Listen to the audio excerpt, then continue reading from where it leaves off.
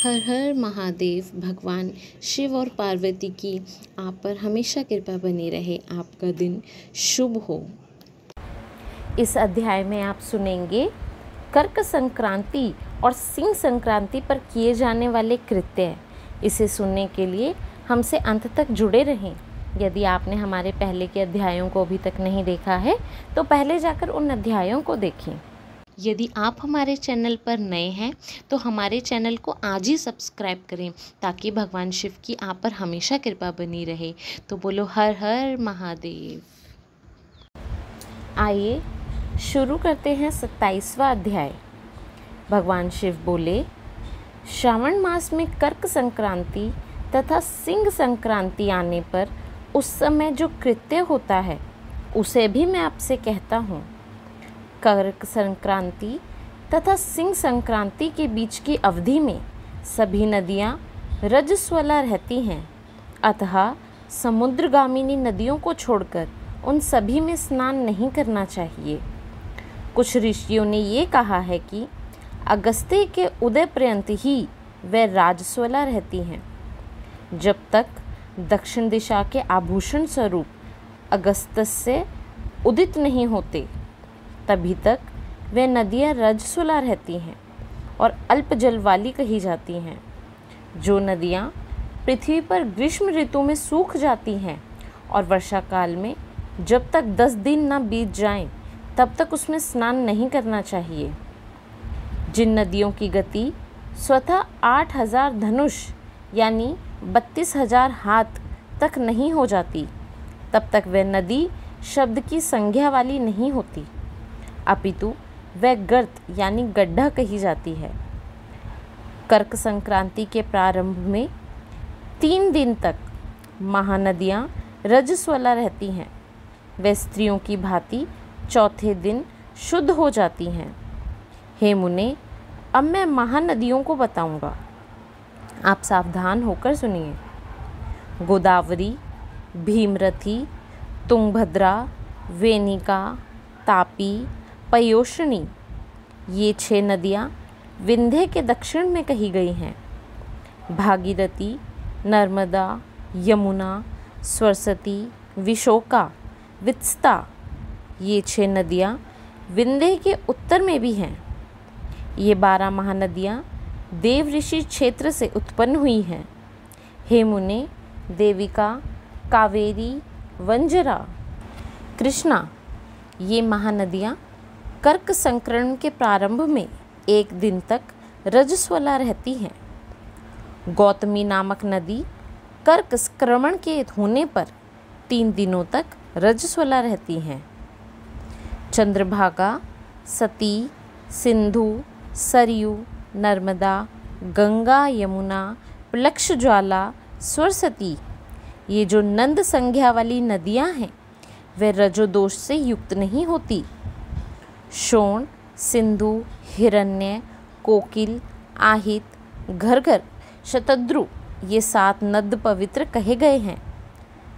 धर्म द्रवमयी गंगा, पवित्र यमुना तथा सरस्वती, ये नदियाँ गुप्त रजोदोष वाली होती हैं, अतः ये सभी अवस्थाओं में निर्मल रहती हैं। जल का यह रजोदोष नदी तट पर रहने वालों को नहीं होता। रजोधर्म से दूषित जल भी गंगा जल से पवित्र हो जाता है। प्रसव अवस्था वाली बकरियां, भैंसें, गायें तथा स्त्रियां और भूमि पर वृष्टि के प्रारंभ का जल ये 10 रात व्यतीत हो जाने पर शुद्ध हो जाता है। कुएं तथा बावली के अभाव में अन्य नदियों का जल अमृत होता है। रजोधर्म से दूषित काल में भी ग्राम भोग नदी दोष में नहीं होती। दूसरे के द्वारा भरवाए गए जल में रजोदोष नहीं होता। उपकर्म में, उत्सर्ग कृत्य में, प्रातः काल के स्नान में, विपत्तियों में, सूर्य ग्रहण काल में तथा चंद्र ग्रहण काल में रजोदोष नहीं होता। अब मैं सिंह संक्रांति में गोप्रसव के विषय में कहूँगा।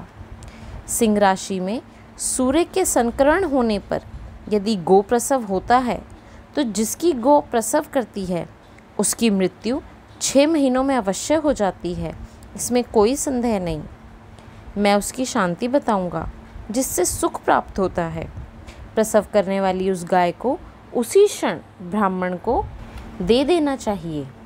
तत्पश्चात घृत मिश्रित काली सरसों से हवन करना चाहिए।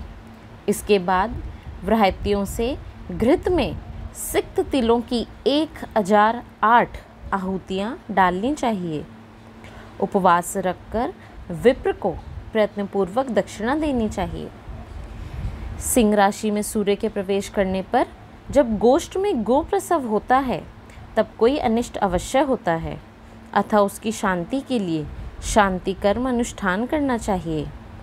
अस्य वामः इस सूक्त से तथा तद विष्णु इस मंत्र से तिल अथवा घृत से 108 आहुतियाँ देनी चाहिए और मृत्युंजय मंत्र से 10,000 आहुतियाँ डालनी चाहिए।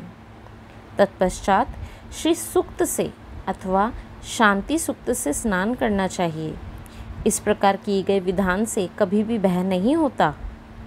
इसी प्रकार यदि श्रावण मास में घोड़ी दिन में प्रसव करे तो इसके लिए भी शांति कर्म करना चाहिए, उसके बाद दोष नष्ट हो जाता है। हे सनत कुमार, अब मैं कर्क संक्रांति में, सिंह संक्रांति में तथा श्रावण मास में किए जाने वाले शुभ प्रद दान का वर्णन करूँगा। सूर्य के कर्क राशि में स्थित होने पर घृत धेनु का दान और सिंह राशि में स्थित होने पर सुवर्ण सहित छत्र का दान श्रेष्ठ कहा जाता है तथा श्रावण मास में वस्त्र का दान अति श्रेष्ठ फल देने वाला कहा गया है। भगवान श्रीधर की प्रसन्नता के लिए श्रावण मास में घृत कुंभ, घृत धेनु तथा फल विद्वान ब्राह्मण को प्रदान करने चाहिए। मेरी प्रसन्नता के लिए श्रावण मास में किए गए दान अन्य मासों के दानों की अपेक्षा अधिक अक्षय फल देने वाले होते हैं। 12 महीनों में इसके समान अन्य मास मुझको प्रिय नहीं है। जब श्रावण मास आने को होता है तब मैं उसकी प्रतीक्षा करता हूँ। जो मनुष्य इस मास में व्रत करता है वह मुझको परम प्रिय होता है, क्योंकि चंद्रमा ब्राह्मणों के राजा हैं, सूर्य सभी के प्रत्यक्ष देवता हैं। ये दोनों मेरे नेत्र हैं। कर्क तथा सिंह की दोनों संक्रांतियाँ जिस मास में पड़े उससे बढ़कर किसका महत्तम होगा। जो मनुष्य इस श्रावण मास में पूरे महीने प्रातःकाल स्नान करता है वह 12 महीने के प्रातः स्नान का फल प्राप्त करता है।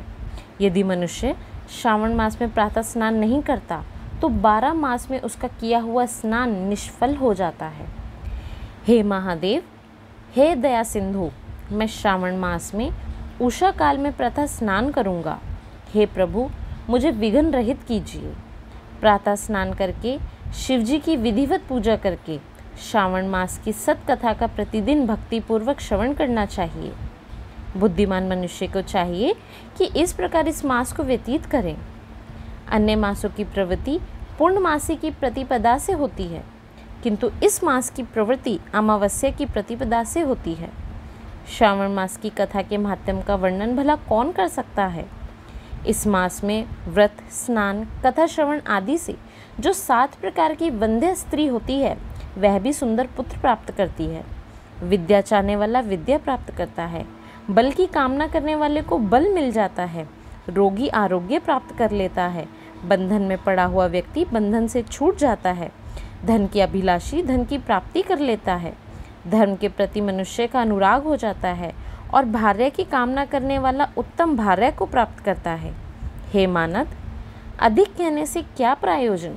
मनुष्य जो जो चाहता है उसको प्राप्त कर लेता है, इसमें कोई भी संदेह नहीं है, और मृत्यु के अनंतर मेरे लोक को प्राप्त होकर मेरी सन्निधियों में आनंद प्राप्त करता है।